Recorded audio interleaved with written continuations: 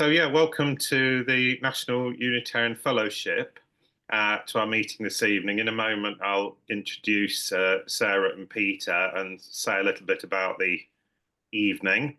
But just as we're gathering, just maybe to take a few moments just to settle ourselves as we're coming here. And in a moment, I'm going to read the National Unitarian Fellowship prayer, which I thought would be a good thing to start with some words. But just before we do that, maybe just take some quiet time, and if you'd like with me to take some deep breaths, perhaps a deep breath in, and in your own time out again, and a second deep breath in, and in your own time out again, and a third deep breath in, and again in your own time out again.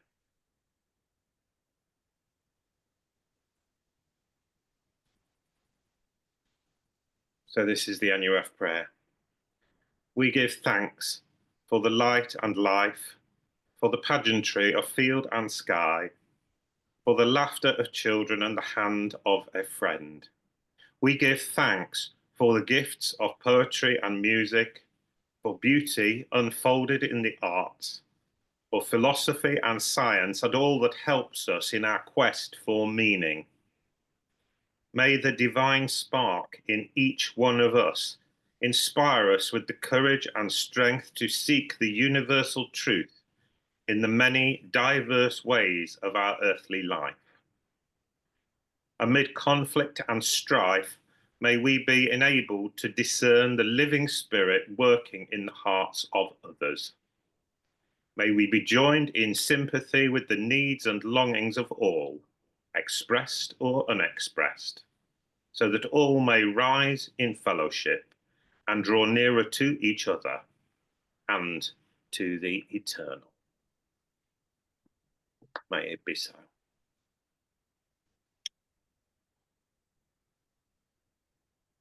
So it's a great pleasure to welcome Peter and Sarah this evening as our speakers. The background to this meeting is that the National Unitarian Fellowship has existed since 1944, and obviously we've been through different iterations of postal fellowships and occasional meetings and conferences and get-togethers, and more recent years online. What this meeting is about the fact that there are other fellowships within the Unitarian movement in the UK. They are geographical fellowships. They meet in different places around the country, and they're characteristic often by not having their own buildings, but they maybe rent a space or find somewhere or meet in someone's house. And the thinking behind this is we would look to try to encourage that in the future if people are looking to get mutual support when trying to run or establish a fellowship. And this is really a start point for that idea that the NUF could be a focus for fellowships in future. But what we wanted to do is hear from a couple of people who know all about this, as it were, who have done this. So that's why we've got Peter and Sarah here.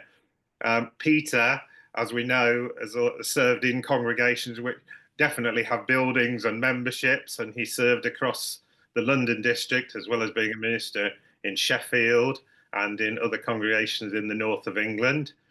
But also now, as you've heard, supports fellowships in his local area, and actually not quite so local areas, quite a wide area that he's able to support those. So has a lot of experience and understanding. And no doubt there are also fellowships in the London district when he was involved working there. Mm-hmm. And Sarah is currently leading the Reading Fellowship, which is quite a long established, I believe, isn't it? Yeah, quite a long established fellowship, which I think at one point met in your office. Is that right, Sarah? Yeah. It is, yes. Yes. And then went on and now meets in a community venue in Reading.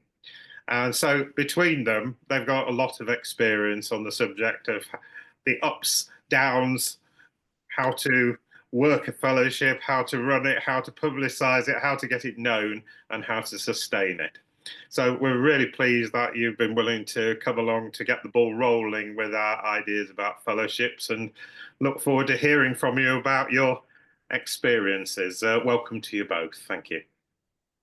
Thank you. What we didn't do was toss a coin for who's going to speak first. So shall I go first? Yes, Right. yes, please. Well, thank you very much indeed for inviting us to talk to you. The fellowship in Reading, as Patrick has said, is quite long established now, and it just makes me feel old thinking about how long it is since we started it. I've made some notes, and I'll sort of speak to those notes, and then if things crop up, feel free to put your hand up, shout up, put something in the chat, or make a note for when I've finished. So I'm going to just give a short overview of the history of Reading Fellowship Group and an outline of how we operate now, together with really an idea of the challenges faced with running a small group and being involved in a small denominational group. I expect you all are aware that I'm the daughter of Peter, who Patrick has already very well introduced, and that makes me a lifelong Unitarian. And I'm currently serving on the General Assembly EC as the convener. Unfortunately, I didn't get out of the way quick enough when Joe James was on the lookout for new recruits to the EC. And having retired, I decided it seemed like a good idea. So if ever you need to contact me in that role, you've got my details, or certainly Ros has got my details, and Patrick knows how to get hold of me as well. So in 1982, at the age of 22, I moved to Reading to follow Paul, who I had met at Birmingham University, and whose home was in Reading. I was a trainee solicitor, or in those days it was called an article clerk, with a firm called Ratcliffe, Deuce and Gamma, which was a long-established firm in Reading. It had been started in 1895, and they kindly offered me a training contract. The Unitarian Church in Reading had a building, but that had closed in the early 1970s, so I never actually knew the building. Peter Hewis remembers having preached there. And in 1991, there was a General Assembly meeting held at Reading University, and Dad and others suggested that we should try and start a Unitarian group back up in Reading. After that idea had been proposed, we started to meet in people's homes, including Betty and Dermot O'Rourke, who had been members of the church in Reading before it was closed. And I'm very pleased to say that their daughter Sarah has recently reconnected with me and has started to attend our services. So I'm delighted that she's re-established that connection. So we met in people's homes for a while, sort of rotating whose house we would meet in. But after a while, it was decided that it would be better to try and have a central meeting place. And so we began to meet in the library of my solicitor's office in London Street in central Reading. That had the benefit of parking. And although it seems a bit bizarre to meet in a solicitor's office, it was actually an old building which had been originally 3 Tudor cottages. And so the library that we used had a very large fireplace, including a priest hole tucked away at the side, and some old ship's beams, a huge bookcase filled with some very elaborate looking old law books, and a nice view of a courtyard that we tried to keep as flowery and nice looking as possible. So it did actually have quite a nice atmosphere. The downside of that was that we could only meet when I was available, and publicising the group was quite difficult. And it was before the days when everybody had a website and that sort of thing.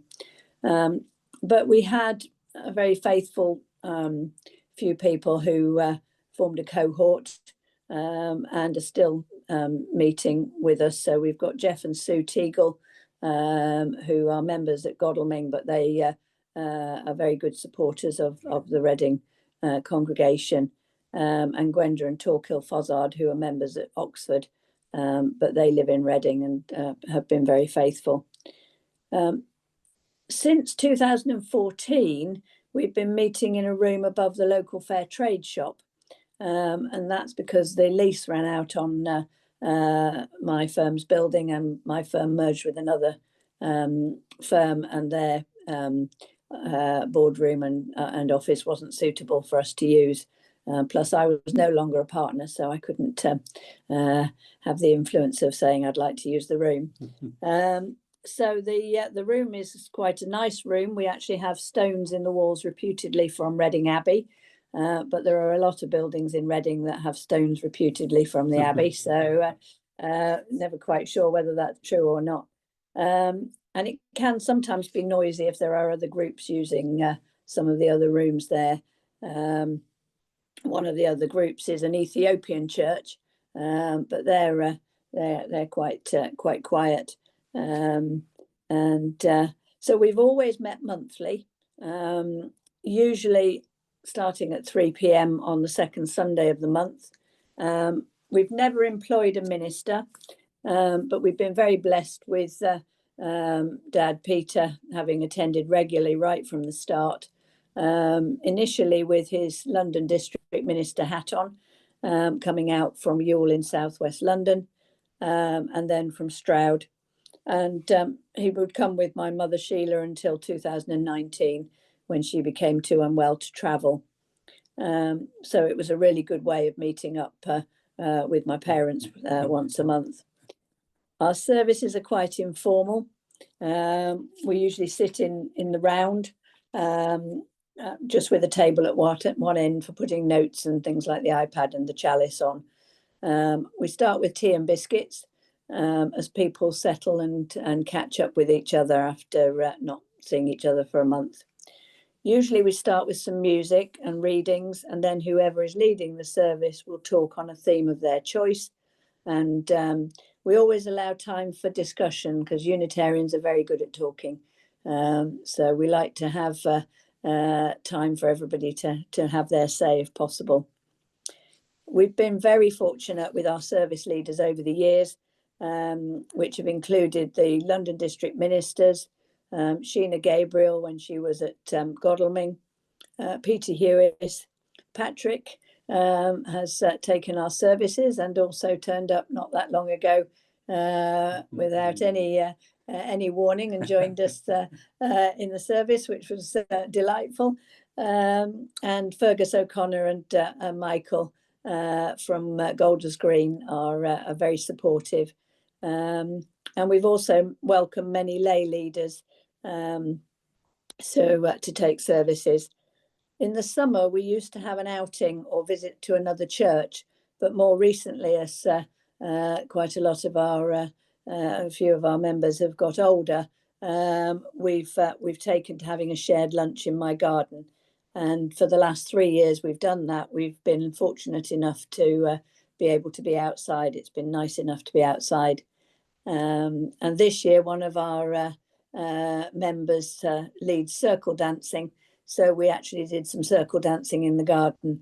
And the year that before that, she brought some massive big flags for us to wave, prayer flags for us to wave. So that's quite a nice gathering, and everybody just brings something that we can share. In the winter, we have enjoyed house gatherings in December at the home of members Gwenda and Torquil. When we sing carols, Torquil leads us on the piano, and we share Christmas readings. And again, that's a nice social occasion. And it helps to keep the cost down, because it costs us about £35 every time we rent the room. So it just helps to keep the cost down to have a couple of meetings away from the centre. And we're very fortunate with the local, with the fair trade shop. They are very flexible, and we've even had times when we've had to cancel and they haven't charged us. So that's been really fortunate. And I think we're probably now one of their longest standing users of rooms. I'm trying to think of the right word. With regard to administration, we have a small committee and an AGM every November. We have struggled to get new officers. I've been the secretary since the beginning, despite trying to suggest at every AGM that somebody else might like to take on the role. I finally managed to get round to sorting out insurance, which we should have had quite some time ago, I realised. And we've used Edwards, who are the well-known brokers who support lots of Unitarian congregations. Music is an issue of concern, and I think it's something that I really need to get my head round properly, because I think there's licenses that we should have that we haven't got. So any advice would be gratefully received on what we should be doing. And I'm very pleased to say that the LDPA has helped help me set up and maintain a basic website, and that's something that it's done for other congregations. And I'd like to think that's something that districts around the country could help congregations and fellowships with, because it's been good to have, you know, the proper branding, the LDPA colours, and have some more cohesive, is that the right word? Yeah. Cohesive branding on the website. So our funds are quite limited. We have a membership scheme rather than a monthly collection, and we agree a subscription fee every year. Rental, as I've said, is approximately £35 per meeting, including the hot water, and I take the tea and coffee. We changed our bank account earlier in the year to avoid the £5 per month that Lloyd's wanted to charge. And now Metro, who we changed to, has introduced a £3 per month charge for community groups. So it's like banging our head against a brick wall. But we eventually got there with opening an account with Metro. So I think we'll be sticking with them for a while. And as I mentioned earlier, we've got a cohort of long-standing members who attend regularly and have been very supportive. And just when I think we should consider winding down the group, as everybody's getting older and frailer, and it seems hard, then new people find us. So we usually have 8 to 10 attendees every time. We have some members who are also members at Oxford. One of our younger members, Charles, was working at the university in Reading. He's now moved to Oxford and organises their Zoom every Sunday morning, and then, you know, delightfully gets on a train and comes and supports us in Reading, which is brilliant. There is still more that we could do and should be doing to promote ourselves. And I did say when I retired I'd have more time to do things, but it hasn't quite worked out like that. But I have joined the local interfaith group, which isn't desperately active, but we've tried to have somebody go along to most of the interfaith activities, and that has been quite good, to just let people know that there is a Unitarian presence in Reading. We've got close links, as I mentioned earlier, with the Oxford congregation, and we are members of the LDPA. Members try and attend LDPA events when possible, such as the Festival of Unitarians in the Southeast, known as Fuse, and they've also now renamed their quarterly meetings as Pocket Fuse, which is day-long meetings usually in the London area. We're not officially affiliated to the General Assembly because several of our members are quota paying members at other churches. And I'm now an associate member of the GA. I've joined the Administrator Network group, which I've found very helpful. It was unfortunate their meeting was today because I wasn't able to join in. I've also joined the Safeguarding Network, which is run by, so the Administrator Network is run by Lizzie Kingston Harris of the GA and Jenny Durrell Duffel, can't think what her surname is, but from Shrewsbury. They run the Administrator Network group, and that's a really good way of keeping in contact with other congregations. And Gavin Howell from the GA runs the Safeguarding Network, and I try and attend those meetings as well. And I have now managed to, we've joined the organisation called 31/8, which is recommended by the GA that all congregations should join. And very grateful to the LDPA for helping to fund that. So we've joined that, and I've done the, I and another lady have done the safeguarding training. And during COVID, we started meeting via Zoom, which worked very well, really, for most of us when we couldn't meet in person. And I've kept a professional membership of Zoom, which I fund personally. But we don't use that as much now. I tend to say if somebody wants to join by Zoom to let me know. But normally people come along rather than joining in by Zoom, which isn't very satisfactory. So I hope that's given some flavour of our small group in Reading, and I can answer any questions, hopefully. Mariana. Hello. Hello. I'm a newcomer, so I think my main question is, what's the stipulation for a group to be able to affiliate to the GA? Oh, that's a very good question that I can't answer right on the top of my head. But while Dad's talking, I'll try and find the information and answer. I think it's about constitutions, having constitutions and bank accounts. Yeah, okay. But you've got the committee, but it needs to be substantiated with a bank account and so on.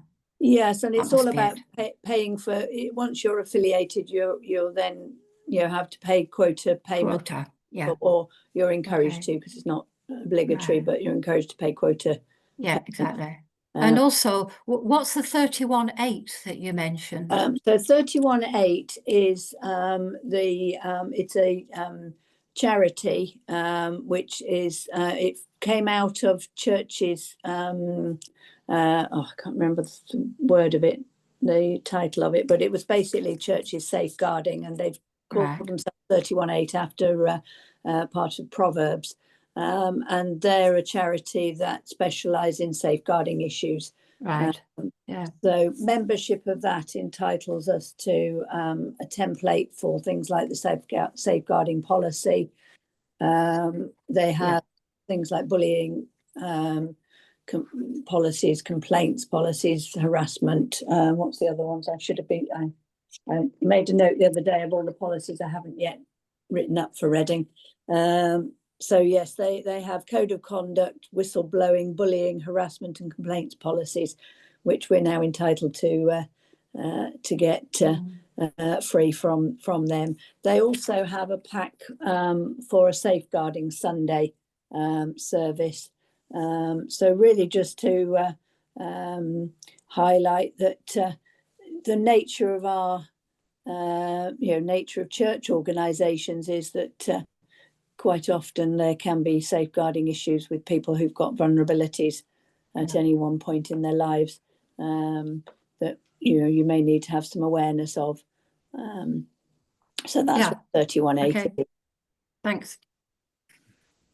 Thanks. And just to follow up on that, you said about Mariana was asking about the GA, but the London district then that you're part of, how does that connect with, do you have to be a congregation to be able to join that? Do you pay money to them, or how does that work with that? We used to have they used to ask for a subscription every year, but that seems to have gone by the wayside some years ago.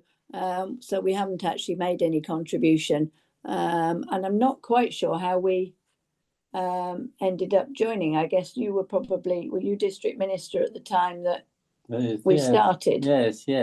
So I'm not quite sure whether we had to I don't remember doing anything formal or official to become a member. But obviously it's been really helpful to connect up with that, hasn't it? You're saying. Absolutely. Yeah, it's been really helpful having their support, and CJ came and preached earlier in the year, and hopefully we'll have him back again next year. So I think all of the district ministers since we've had a fellowship have come and taken a service. And it is great to feel part of that wider Unitarian body. Yeah. And, do you have contact with other fellowships or people from other fellowships? not particularly, no. I know obviously of Alan Ruston, who's and Rosemary Ruston, who are very involved with the Watford Fellowship. Dad's going to talk a bit about the Stroud arrangements. But no, I haven't had a huge amount of contact with other fellowships. I don't know which the nearest one would be, do you? No, it might be, because it would have been Swindon, wouldn't it? But Yes. so Watford probably is now the nearest. Yes. There's still a few people who meet at Swindon, 4 or 5 of them. Right. I don't know how regularly. From the GA list, I did actually email all the ones that had an email address to invite them to this, yeah. Right. But you're never quite sure how alive a place is. No. Just another thing I was going to just ask is about when you were finding the premises you now meet in, how difficult or easy that was, and what was your process of trying to do that when you realised you couldn't carry on meeting where you had done? And that's a good question, Patrick. It was actually fairly easy because the fair trade shop, it's called RISC, which stands for the Reading International Solidarity Group. It's about 3 doors down from where my office used to be. So I knew they had meeting rooms, and when we were looking at the time we first started meeting, they had a really good car park at the back. But since there's been some redevelopment next door, they've lost their car parking. But it's a central location, which we felt was quite important, and it's reasonably priced, and they're very flexible with us. So I haven't yet thought of anywhere else that would fit the bill so well. And yeah, we have a room which is relatively quiet most of the time. Yeah. Oh no, that's good. So it is actually quite close to where you met before, in other words, is it? It is, yes. It's about three or 4 doors down from the old office. About 10 minutes walk from the station for anybody coming from the station. And because it's fairly central, there are 2 big car parks, and there's on-street parking as well. So it's fairly convenient insofar as the town centre venue can be. Now that you have a website, it must be easier to spread the word. How did you manage before the website came along? It was mainly because people contacted us through the GA, and people making inquiries of the General Assembly, and then they would be directed to me, and then I'd speak to people on the phone or email them. So it is easier now. We've got our own website. I haven't got as far as being brave enough yet to have a fellowship Facebook page. But, yes, Mariana. Has anyone got any experience in fairly recent years of starting up a fellowship or gathering, and bearing in mind 31.8 and other advice? What does that feel like? Because if you're receiving inquiries via the GA, that's one thing. You know something about the person's background and attitude, possibly.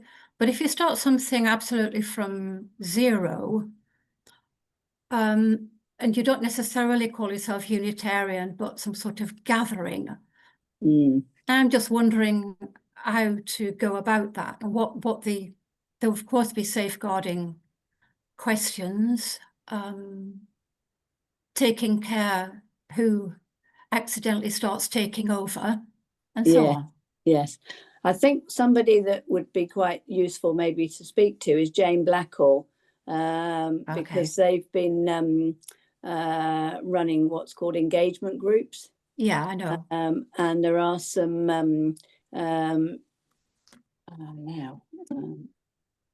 just going to go off screen for a second. Okay. Well, I don't quite know whether this is the same sort of thing you're talking about, but we did have one rather awkward person coming for some time. Oh gosh, yes. Who came from an Indian background, and he thought he had the answer to every question that could be possibly asked. Yeah. It became rather embarrassing because he just wasn't on our wavelength. But in the end, I think he realised this.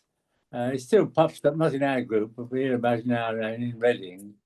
And on the whole, we've simply been trusting. Yeah. Yes, eventually this chap who was, he just wanted to talk about Gnostics and ramble. And eventually he sort of, I think, got the message that it was just too tricky for us to really sort of go along with what he was saying. But so is your overall structure somewhat similar to a service, but without much singing? Yes, we try not to have a hymn sandwich. Although with Jeff and Sue Teagle are in our congregation, and they're members of the Unitarian Music Society. So if we do have some hymns from time to time, they will help lead us, which is useful. And I've got the Unitarian Music Society CD. Yes. I did at one point have access to the OneDrive of the hymns, but for some reason I couldn't get onto that more recently. But I can supply that through Louise Rogers of Unising. Oh, lovely! Right. If you want, if I put my email in the chat, that would be that's brilliant. a more direct way, and then it might remind me to do it. Right. Thank you. That would be really useful. Yes, I went to a workshop at the GA on engagement groups, and there's a sort of suggested structure for them. So Jane Blackall was the minister who was doing the talk.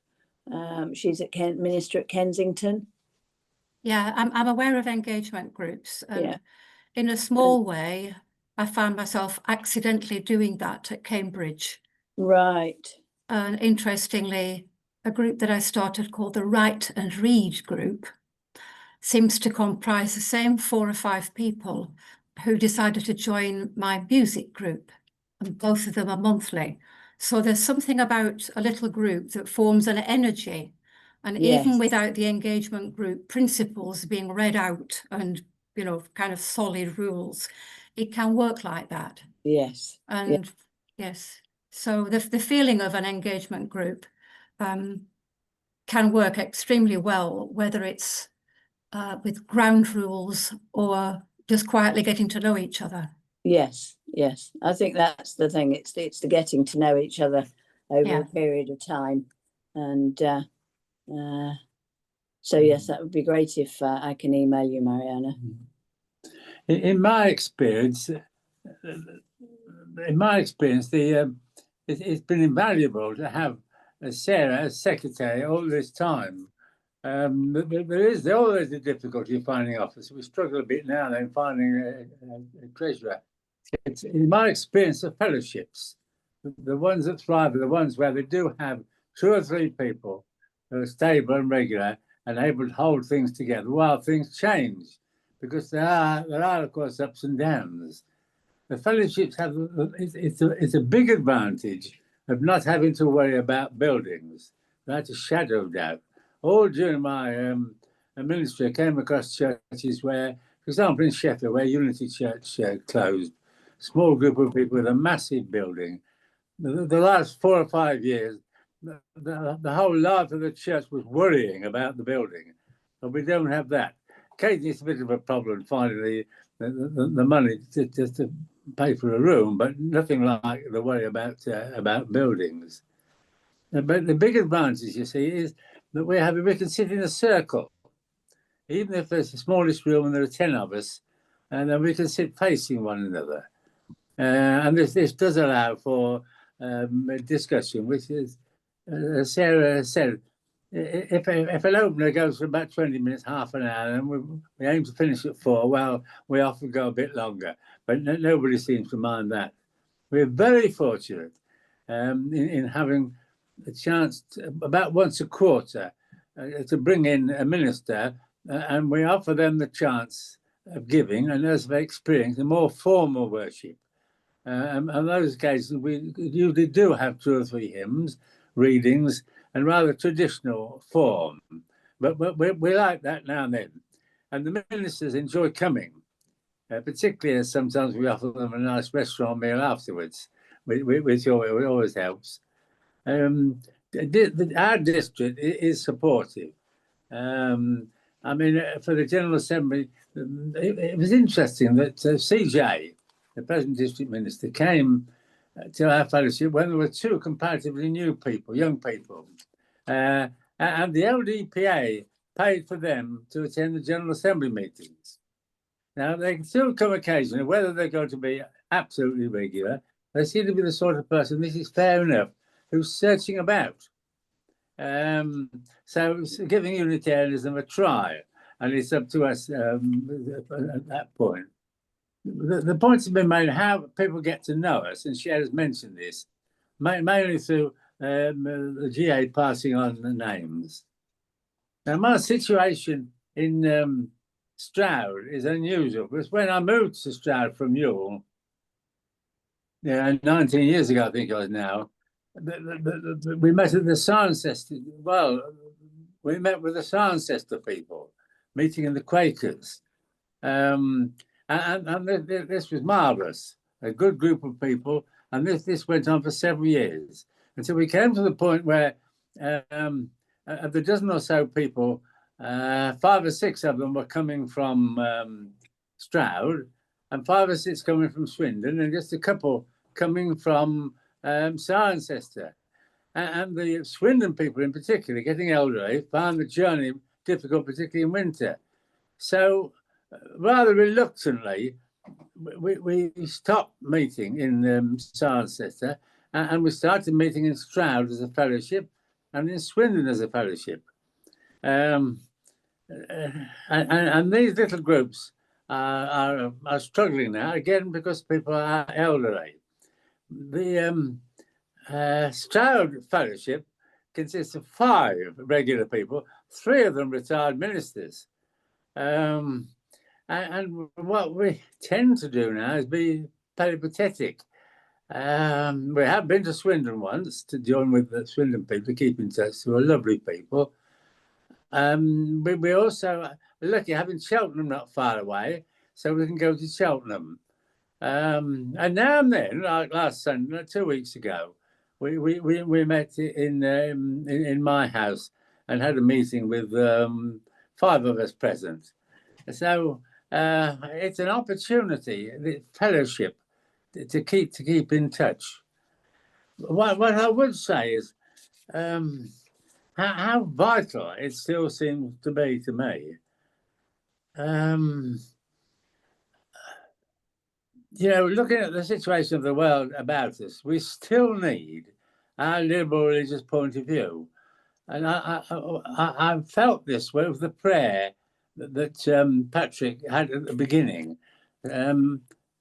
typifying the sort of thing that fellowships stand for, a spirit that is vital in our world, and it's important to keep that particular flame flying if we can.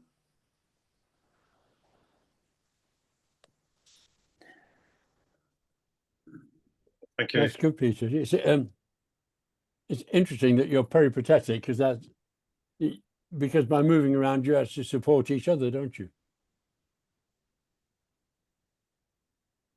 Yes, there's a small group.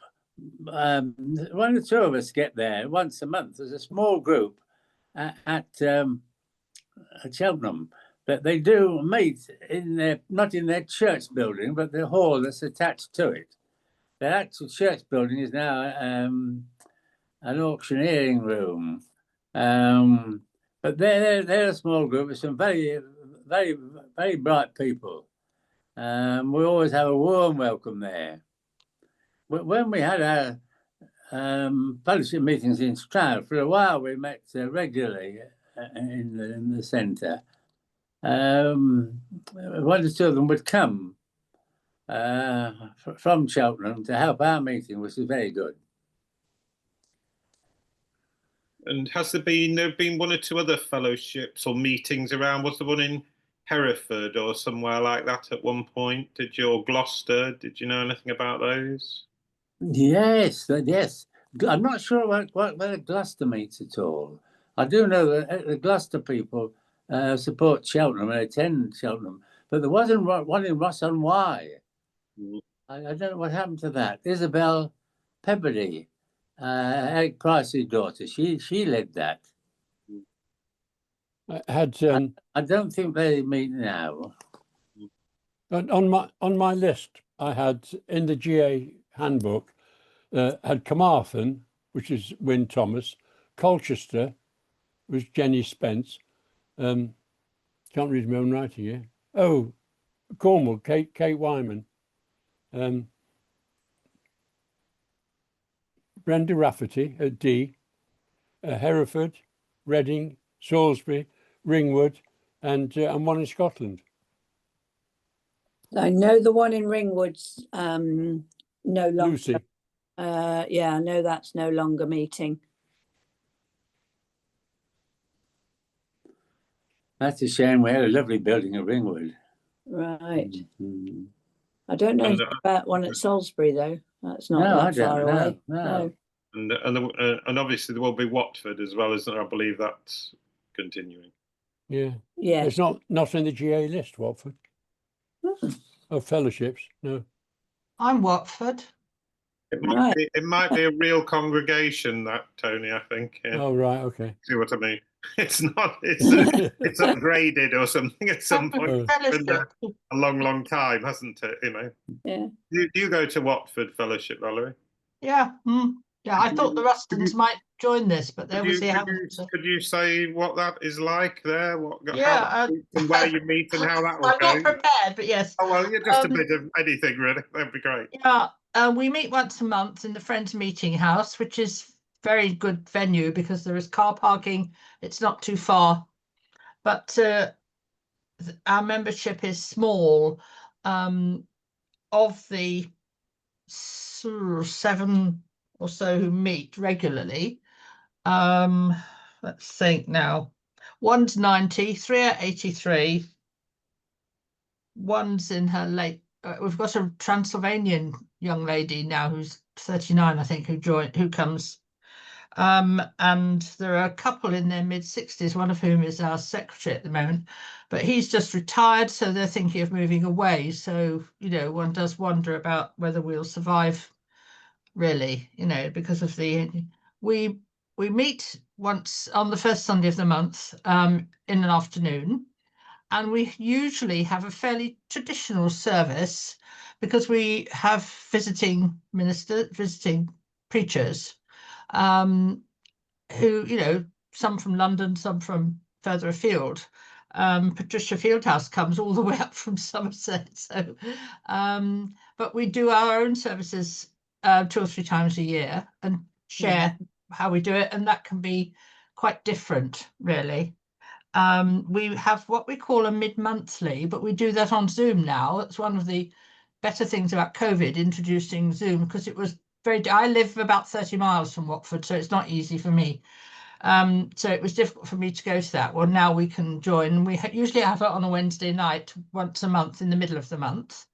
And we talk about various things, and we talk about what we're going to do for certain, just general conversation about how we're proceeding, or if we're going to do a service ourselves, what sort of subjects, or if there's a particular topic that's going around. It varies very much, but it does keep us in touch with one another. But it is serious. I do seriously wonder now. There are only 2 of us who drive, and as I say, I'm 30 miles away.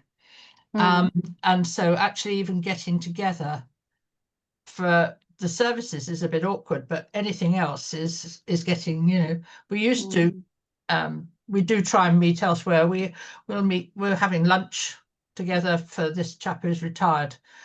We're having a lunch, but it's difficult to keep going, and I do wonder about this. For a service, we have, as I say, a fairly traditional one, usually, and we've had, is it CJ? Lots of people come.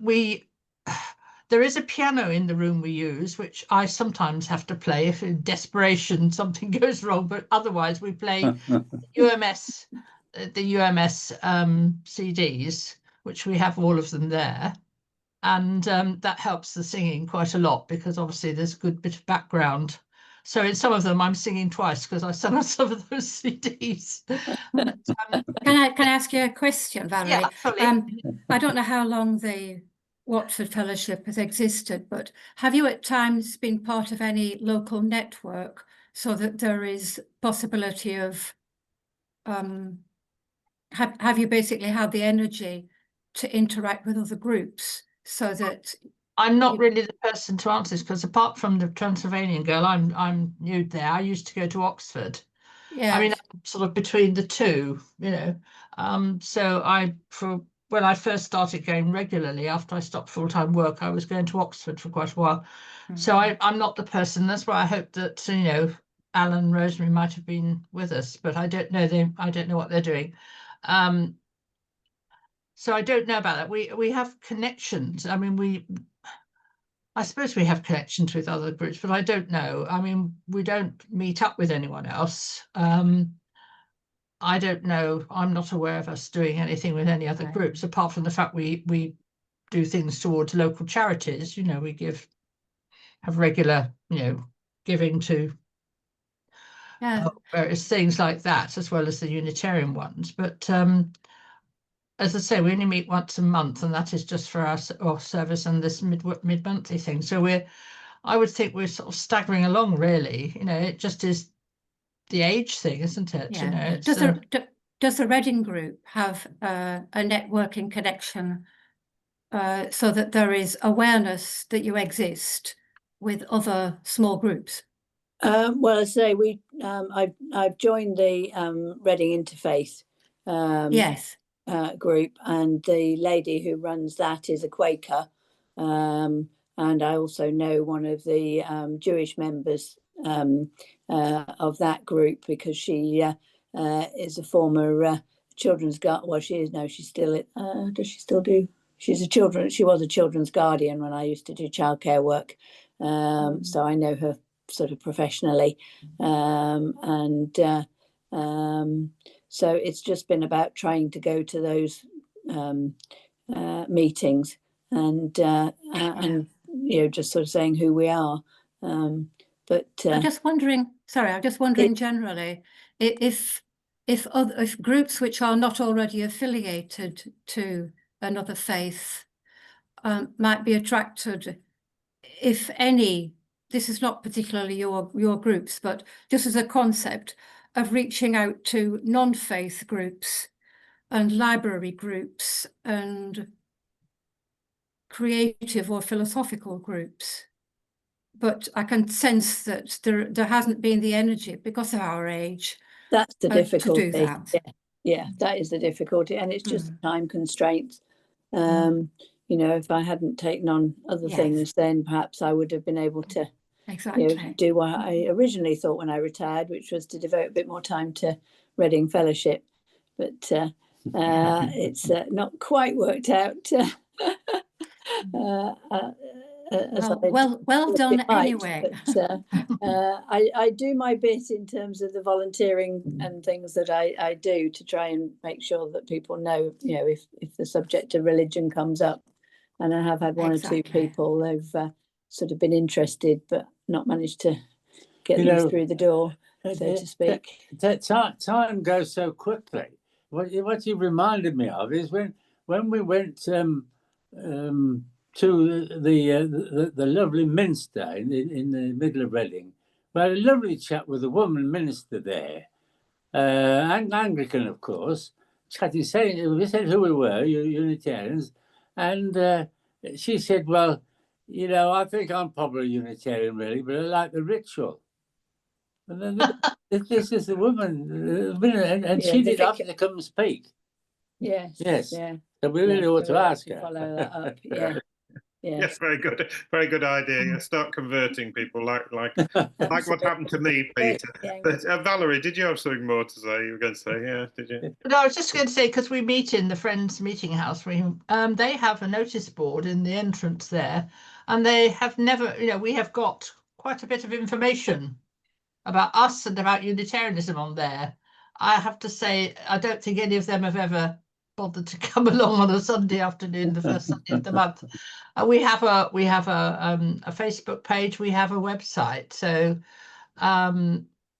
we have got that. And I can only remember in the several years I've been going to Watford, apart from this much younger than us, Hungarian speaking Romanian young woman coming, who has I pick her up now, but she had quite a difficult journey to get to us because she doesn't live in Watford.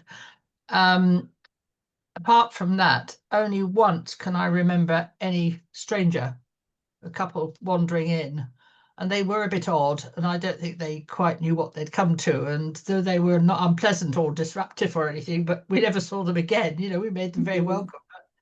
I don't remember anyone else. One of our members, sadly, we have another member, but sadly she is, unwell in the dementia sort of range. So though sometimes a carer or her daughter brings her, she can't really take part in a way that the rest of us can. But I don't know. I really do wonder about the future. I mean, I cannot see beyond, the next year, really, of anything. I don't know how we'll go on, just purely for the age thing, really. What is your connection like with the London district? Is it that you're in? Do you have connection with that? Yes. I mean, obviously, Alan and Rosemary go to a lot of things because they live on the edge of London. And we do have, people from London coming out and taking services for us. So we have a connection there. And I think some people have been to few things. But for me, it's not so easy because, in fact, I live much further away. So there is a connection, and we're part of the LDPA. But as a fellowship running on its own, I do wonder about the future. But then, to be perfectly frank, you could say that about the whole Unitarian movement, couldn't you? Really, when you look at who's looking here now, to be perfectly honest. There's very few pockets of much younger people. Whereas when we were young, or at least I'm older than Sarah, it was very lively. In the 1960s, there were a lot of lively young people, weren't there, Peter? There were, yes. And Tony, and it was a real happening era. See, in those days, families were church going. Well, I don't know. I'd never heard of Unitarianism until I came to college. In my early ministry, I'm talking about 50 years ago, it was families that came, brought their children. Well, I think they went on doing that, but the children haven't stopped. And some of the people I know have had this conversation. Was involved very much in IRF, the International Religious Fellowship, and we've had these conversations. Have any of us had any children who've followed on and kept this thing going? And it's practically not at all. And when you talk to them, as I did a couple of the Easter before last at Easter, they had a sort of FOI RRF 100th anniversary weekend, and I was talking to younger people then, and talking to them, things are just different. They think and look at things so differently. Yeah. And it's not that they don't think about the things we're involved in, they just don't deal with them in the same way. Yeah. I think there's one thing to do with the fellowships thing is that we see it as primarily geographical, and I think probably things have changed a lot on that. Unless you have some kind of meeting where people want to get together or have to get together, the main way of finding people who would be of a similar outlook or way you can connect with is going to be the virtual world, at least initially.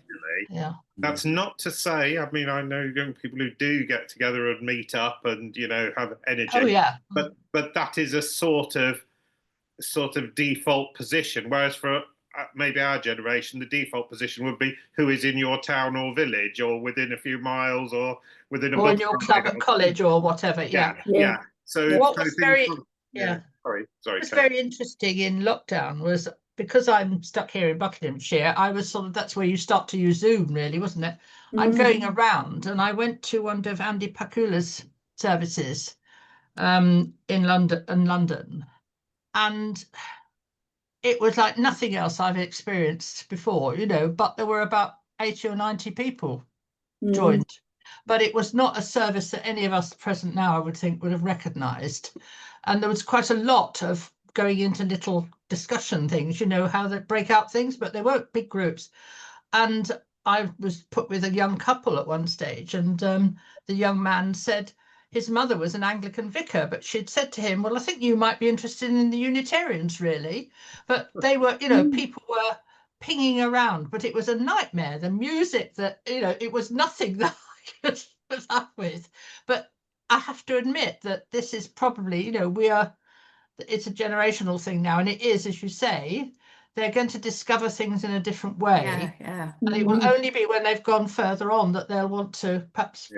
Mariana, sorry.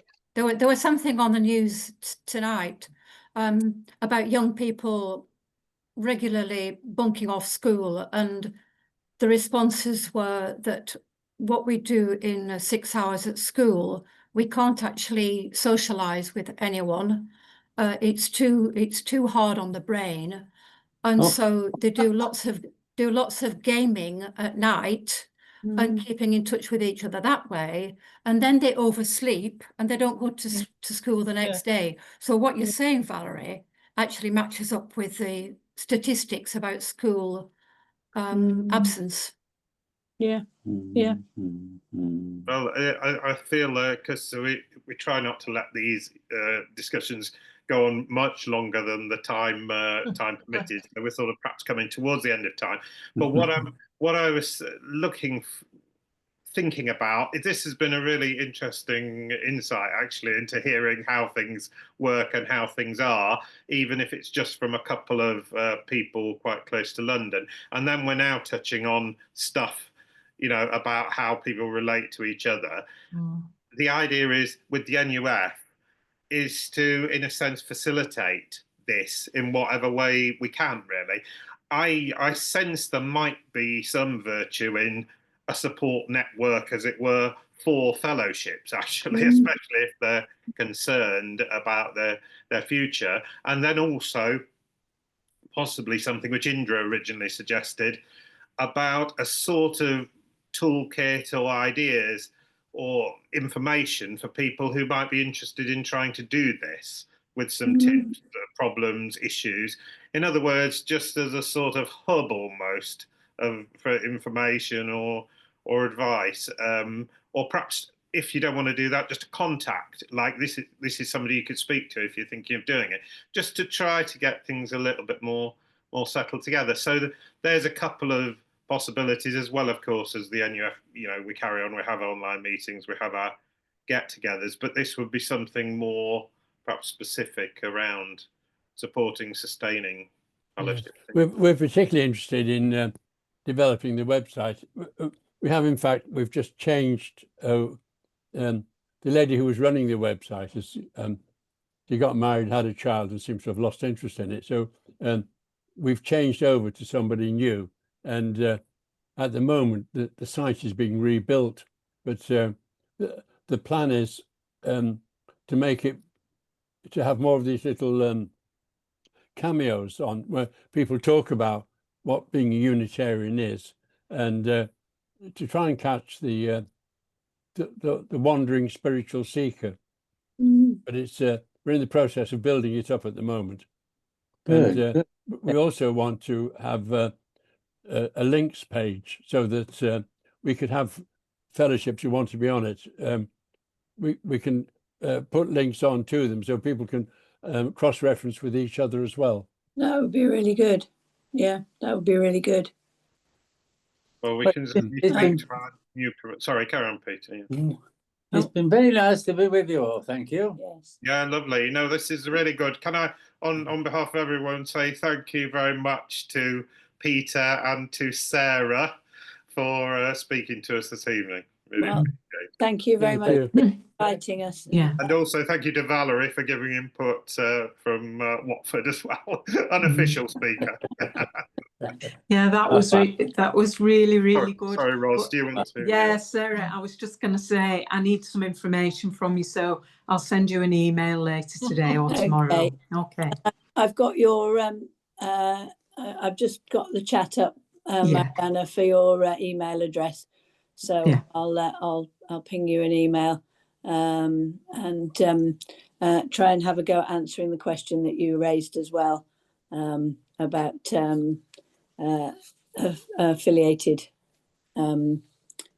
affiliation to the GA. Just the other point about Tonio, just to briefly mention about you were saying about having, you know, sort of a toolkit. What I'll try and do as well is have a look at the GA toolkit and see what, if any, useful information there might be on there about fellowships, because there may not be much of use, but there might be. So I'll have a quick look and see what I can see on the congregational toolkit. Yeah, I think that it would be helpful to see how that fits in, or how, you know, how it could be made to fit in, or change maybe, and to apply for a fellowship. Yeah. Thing is, there's so many bits of information in places. It's working out where things are and trying to join it all together. So I think something with my EC hat on, I'll try and. Well, we think maybe as the NUF we can, you know, do something on this if we have a look at stuff. But, yeah, that'd be brilliant. So, you got a final point, Valerie? Yeah, just to finally, when you're a very small group, just the mechanics of running it become quite difficult, because if you're going to have a treasurer and a secretary and all this sort of thing, and like with ours, we're all in our 80s to more, you know, that is just the basic mechanics of keeping something going in a legal and practical way become almost a burden, really. Yeah, absolutely. Yeah.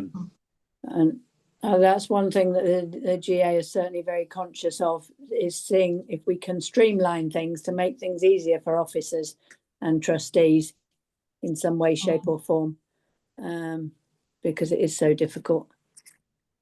Well, thank you all ever so much for coming along and joining in the discussion, and we will notify as and when we've got another Unitarian Connections meeting going on. And Ros, you have recorded this then? Yes, yeah. Okay, so there will be recording available. If you know of anybody who couldn't make it and would like to see the recording, contact Ros or have a look on the website and follow the links. Well, thank you very much indeed, everybody. Thank you. That's great. Thank you, and catch up Enjoy the rest of your evening. Yes, see you then. Thank you. Thank you, Peter. Bye-bye. Bye. Bye.